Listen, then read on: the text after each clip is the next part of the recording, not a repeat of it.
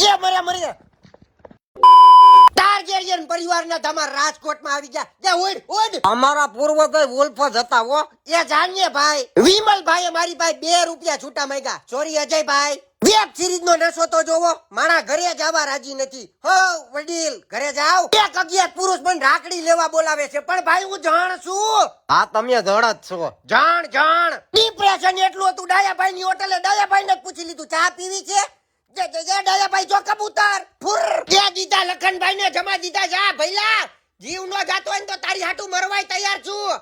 ઇસ્માઈલ દોગેશ ભાઈ ને લાગી ચાની તલબ. એ અપશબ્દ બોલ માં. પણ તપેલા ખાલી છે. મારું નામ દઈને લઈ આય જા.